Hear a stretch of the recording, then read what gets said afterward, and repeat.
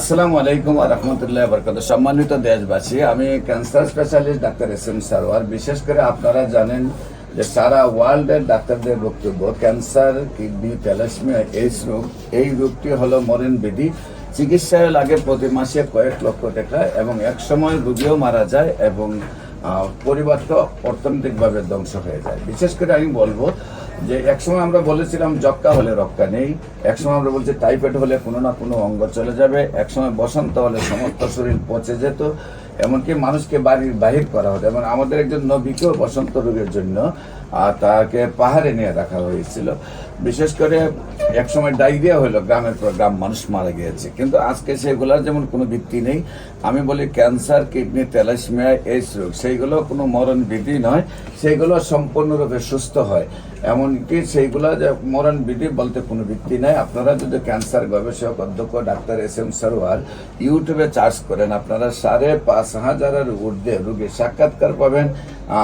Facebook, YouTube, Google, টিকটকে যারা সুন্দরভাবে সুস্থ হয়েছে। বিশেষ করে আজকেও আমরা সেই মরণ বিধি থেকে একজন আমাদের সামনে একদম ইয়াং ম্যানের মতো বসে আছেন। উনি বয়স কত জানি আপনার?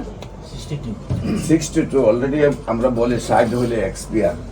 সেইখানে আল্লাহর রসের সহমতে উনি যেখানে একেবারে বিছানায় ছিলেন, নামাজের জন্য মসজিদে যেতে পারতেন না, অন্তরটা কাঁপতো।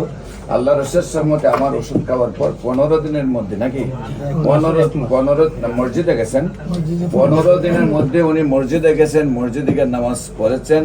সেই ক্যান্সার রোগী কিভাবে সুস্থ হলো, কিভাবে অসুস্থ হলো, আমরা ওনার কাছে তার গল্পটা শুনবো। আপনার নাম?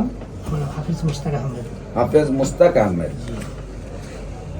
আল্লাহ রসের সহমত একজন হাফিজ সাহেব মানুষ আমরা পাই সেবা করার। হ্যাঁ, আপনার পিতার নাম?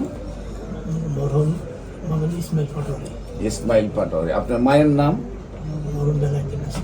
মরহুম বেলায়েতুন নেসা। আপনার গ্রাম? গ্রাম Hatila. Hatila. Post office? Hatila Tungipara. Post office? Hatila Tungipara. Tungipara. থানা? হাজীগঞ্জ।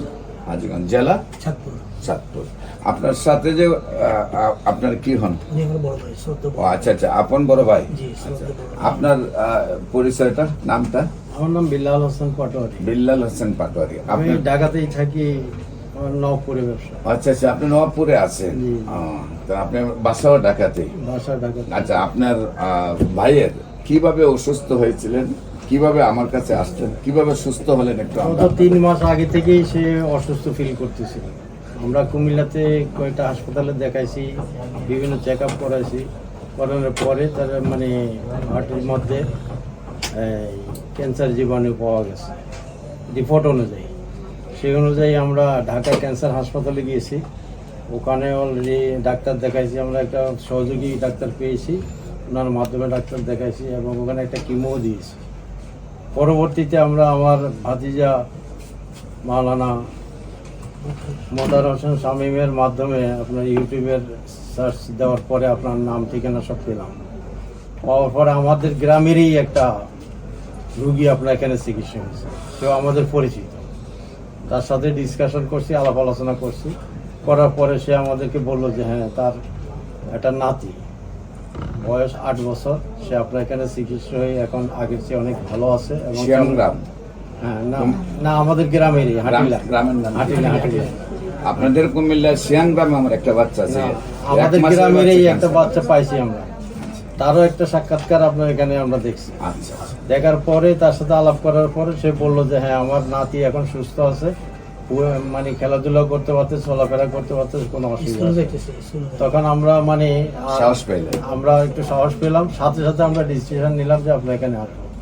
সেই সিদ্ধান্ত নিয়েই আমরা গত মাসের 12 তারিখে আপনার এখানে আসলাম। আসার পর 22 তারিখ। সাধারণত দেখেন ঢাকা শহরে আপনি আমার একবার কাছে থাকেন, জি, জি। এরপর এখন আমরা এমন একটা অবস্থা হয়েছে জি, জি, জি। যে পাশের প্লাটে কে থাকে তারও চিনি। জানি না সেটাই। তো 22 তারিখে আমরা এখানে আসছি।